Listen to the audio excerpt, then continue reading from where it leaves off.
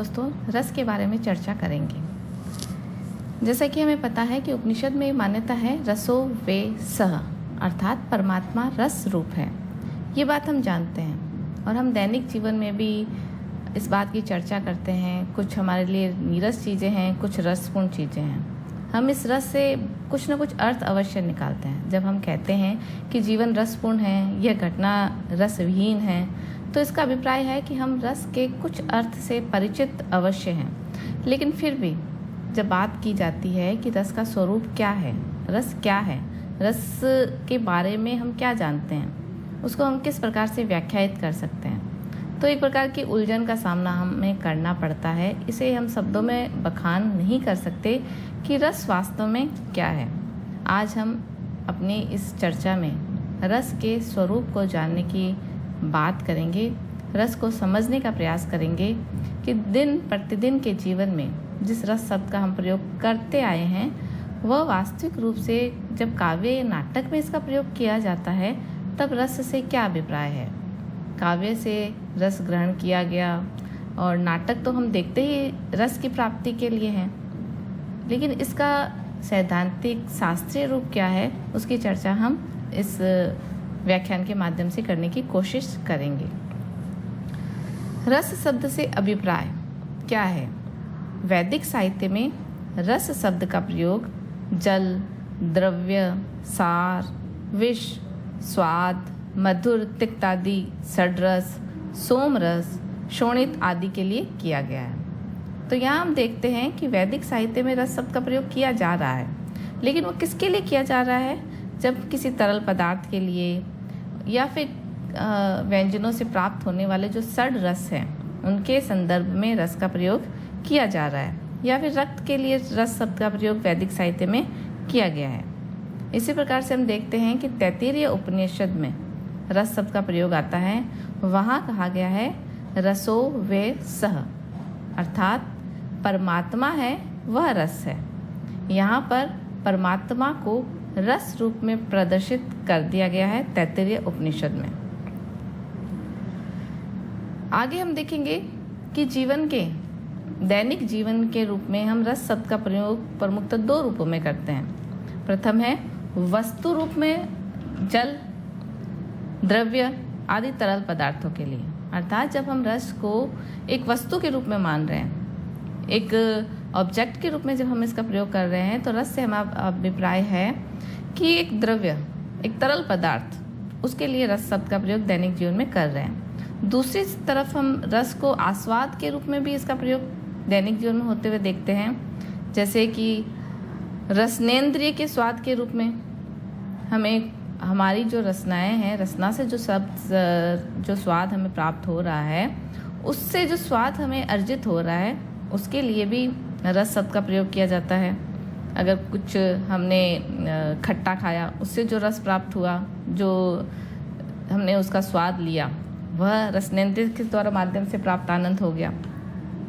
दूसरा हम भौतिक आनंद के रूप में भी रस शब्द का प्रयोग करते हैं। जैसे कि हम कई बार इस बात का प्रयोग करते हुए देखते हैं कि आज मुझे शतरंज खेलने से रस की प्राप्ति हुई, तो ये एक प्रकार का भौतिक आनंद है।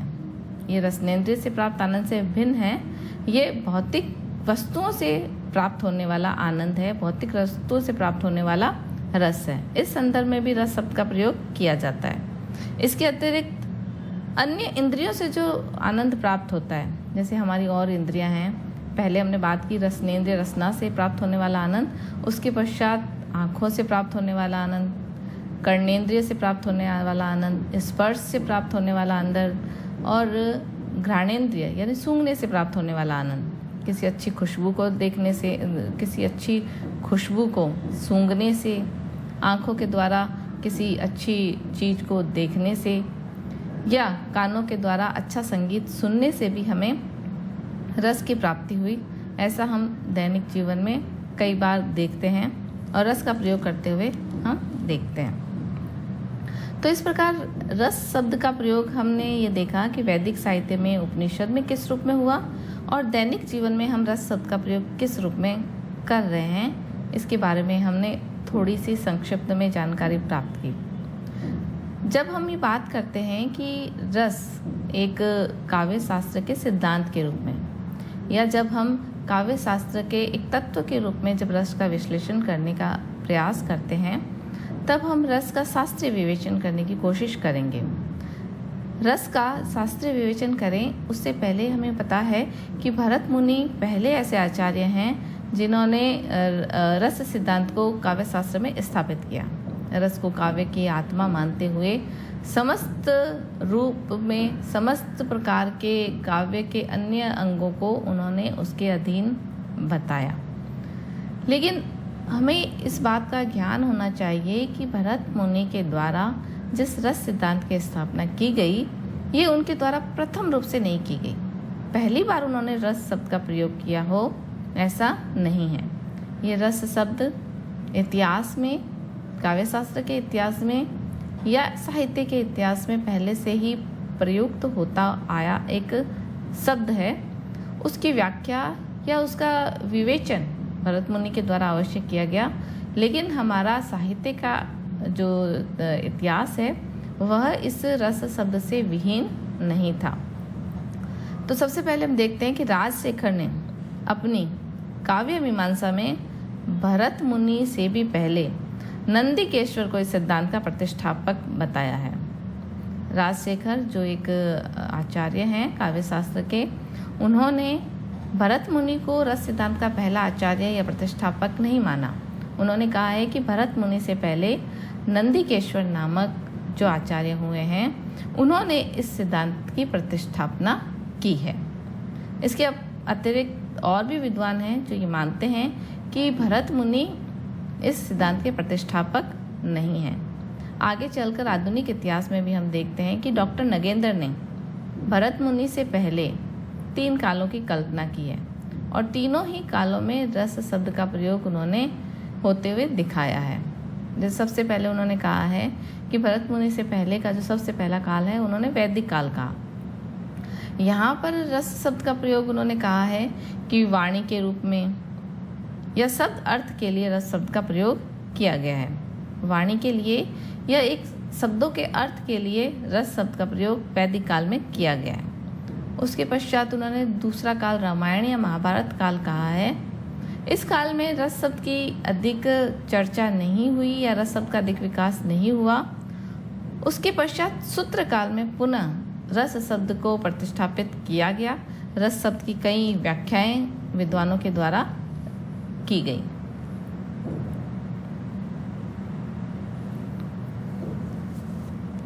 आगे हम देखेंगे रस और काव्य का क्या संबंध है। भरत मुनि के द्वारा जिस नाट्य शास्त्र की रचना की गई, उन्होंने नाट्य के संदर्भ में ही रस शब्द को व्याख्यायित किया था और रस को काव्य की आत्मा उन्होंने माना था।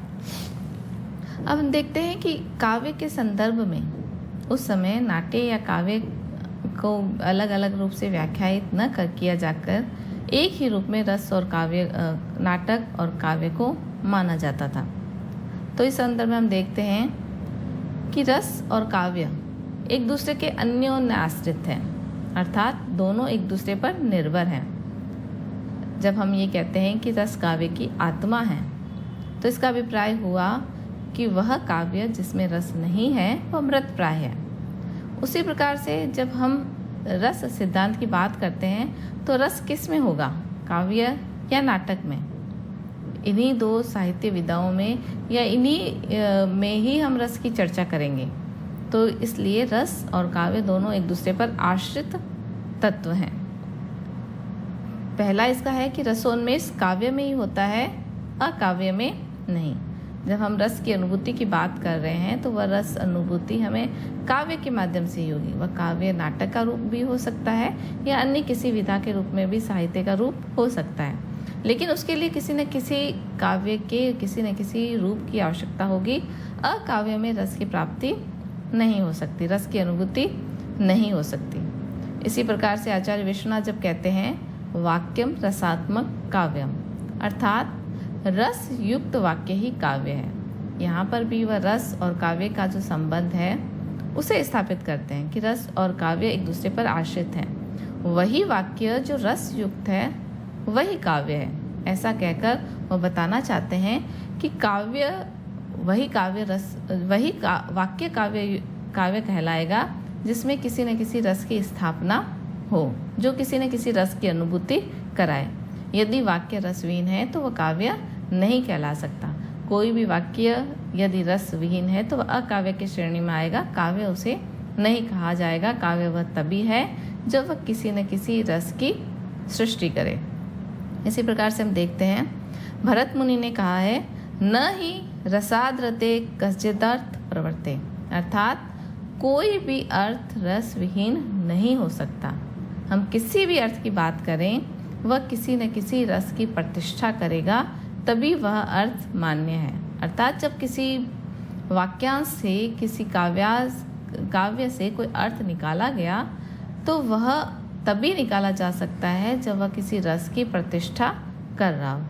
तो यहाँ हम देखते हैं कि रस और काव्य को एक दूसरे का अन्योन्य आश्रित माना गया है, एक दूसरे पर आधारित माना गया है। दोनों का अस्तित्व तभी है जब वह एक दूसरे को अपने में समाहित करते हैं। रस विहीन वाक्य काव्य नहीं है और काव्य में रस की उपस्थिति होना आवश्यक है। अब हम देखेंगे कि हिंदी या संस्कृत के काव्य शास्त्र में रस के संबंध में विभिन्न विचारधाराओं ने, विभिन्न विचारकों ने, विभिन्न आचार्यों ने अपने अपने सिद्धांत के अनुसार किस प्रकार की धारणाएं अभिव्यक्त की है।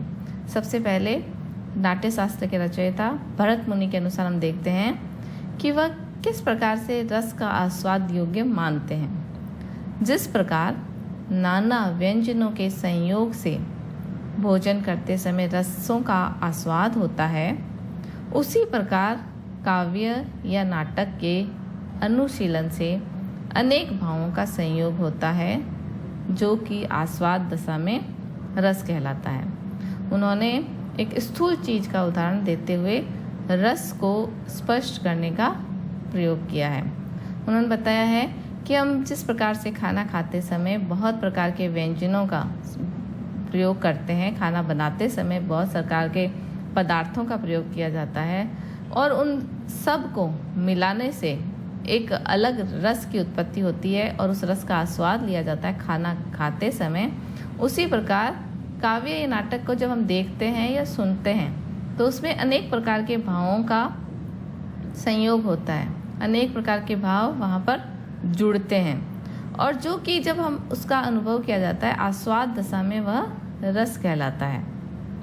इसी प्रकार से आचार्य मम्मट के अनुसार कि लोक में रति आदि स्थायी भाव के जो कारण, कार्य और सहकारी कारण होते हैं, वे काव्य या नाटक में प्रयुक्त होने पर क्रमशः विभाव, अनुभाव और व्याभिचारी भाव कहलाते हैं। तो यहाँ पर आचार्य मम्मट दैनिक जीवन से, सामान्य जीवन से, लोक से रस की समानता बताते हैं। लोक में भी या हम अपने जीवन में भी कभी रति का यानी श्रृंगार रस का, कभी किसी और रस की अनुभूति करते हैं। तो उस रस की अनुभूति करने में हमारे जीवन में कुछ घटनाएं घटित होती हैं और हमारे अंदर वह रस उपस्थित होने के पश्चात हमारे द्वारा कुछ क्रियाएं की जाती है, जिससे पता चलता है कि वह रस या वह स्थिति हमारे अंदर उत्पन्न हुई है।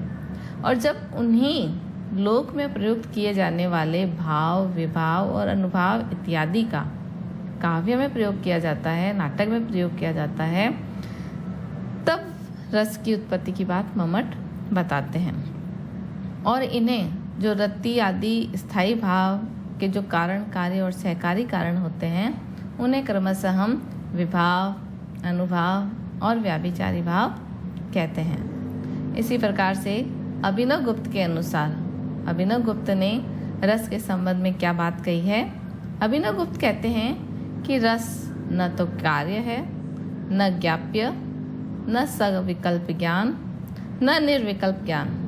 यह तो चरवण दशा में लोक काल आदि से पूर्णतया मुक्त और आस्वाद रूप में ब्रह्मानंद सहोदर होता है।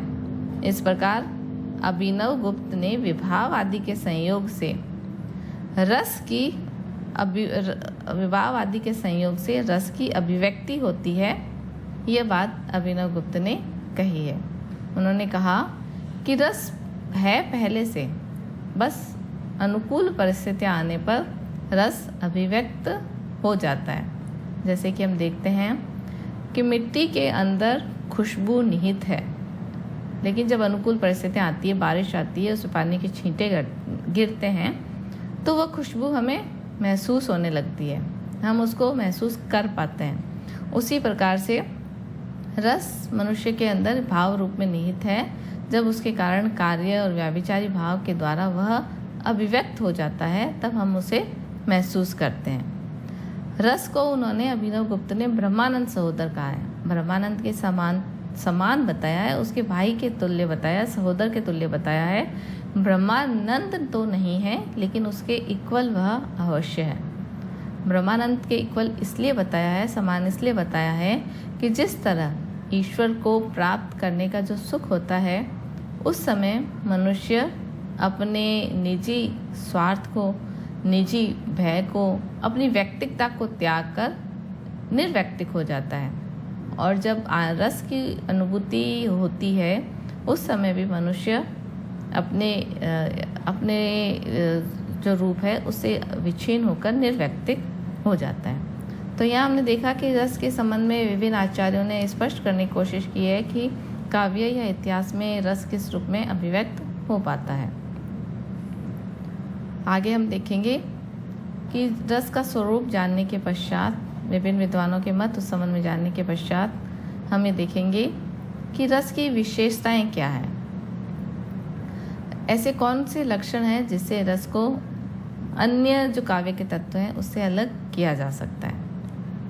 पहली जो रस की विशेषता है वह है सत्व गुण का उद्रेक होने पर रस की उत्पत्ति होती है। मनुष्य के अंदर 3 प्रकार की प्रवृत्तियां हैं, सत्व, रज और तम। जब रजोवृत्ति और तमोवृत्ति ये दोनों ही तिरोहित हो जाती हैं, जब कोई सहृदय पाठक किसी रचना का पठन करता है या वह किसी नाटक इत्यादि का दर्शन करता है, उस समय वह अपनी राजसी और तामसी वृत्ति को रोककर सात्विक वृत्ति उसके अंदर उद्रेक होने लग जाती है। और हम देखते हैं कि सात्विक वृत्ति के उद्रेक के बाद ही रस की अनुभूति हो पाती है। रस अखंड होता है। उसकी व्याख्या करने के लिए, उसका शास्त्रीय विवेचन करने के लिए हम रस को विभाव, अनुभाव और व्याभिचारी भावों के अंतर्गत विभाजित करते हैं, लेकिन अनुभूति के समय हमें इस प्रकार अलग अलग रस के खंड प्रतीत नहीं होते। उस समय रस अखंड रूप से हमें अनुभूति में प्रतीत होता है।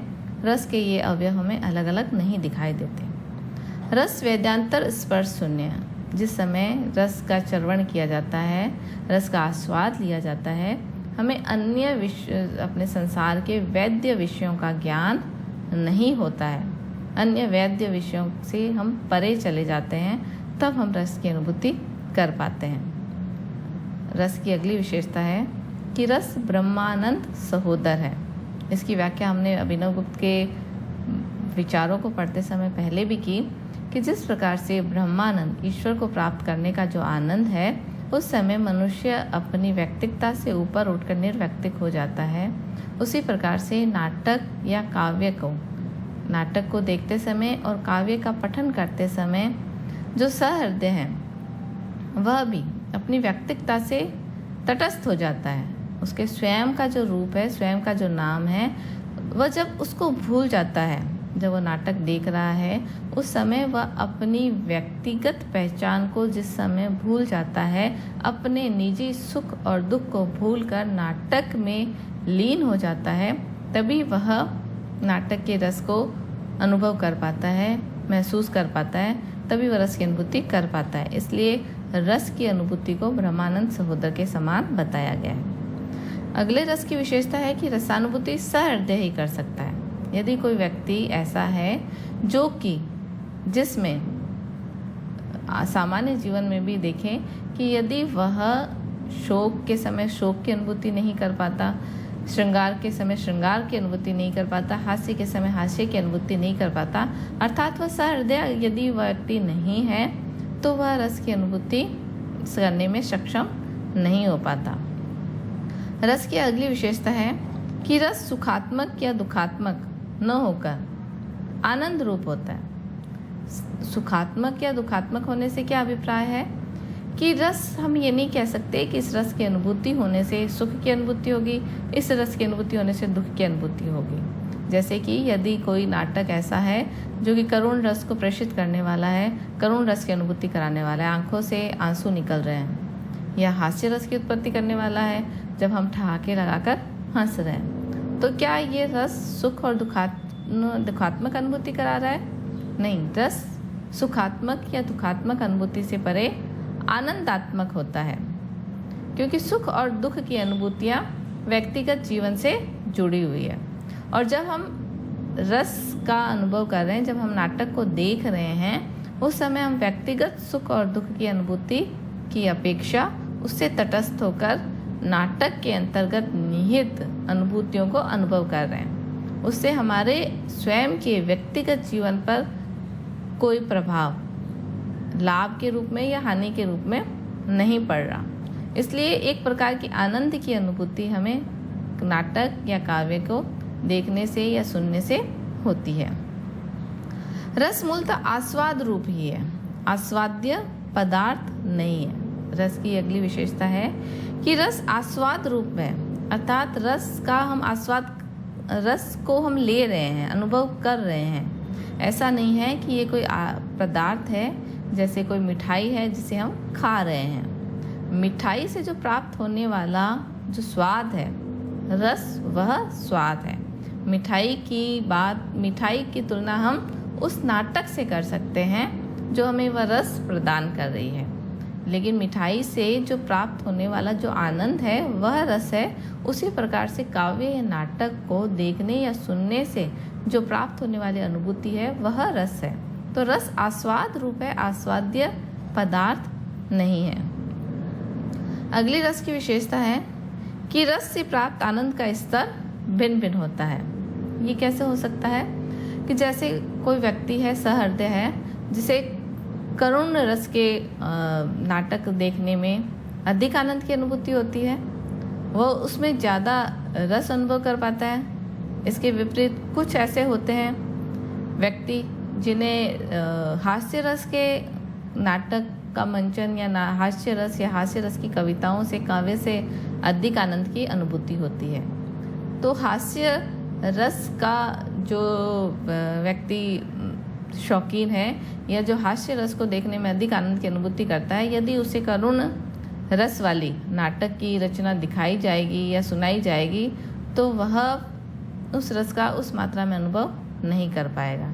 तो ये व्यक्तिगत रुचि पर निर्भर करता है कि हम रस से, हम किसी काव्य या नाटक से किस प्रकार की अनुभूति कर पाते हैं। तो इस प्रकार हम देखते हैं कि रस का कुछ स्वरूप हमारे सामने स्पष्ट होता है, रस की विशेषताएं हमारे सामने स्पष्ट होती हैं और हमें इस बात की जानकारी मिलती है कि रस का प्रणेता भरत मुनि को माना जाता है।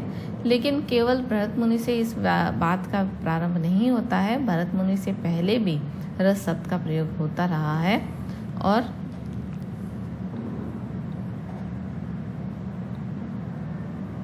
और वहाँ से विकास होते हुए आधुनिक काल तक हम रस की उपस्थिति देख सकते हैं। धन्यवाद।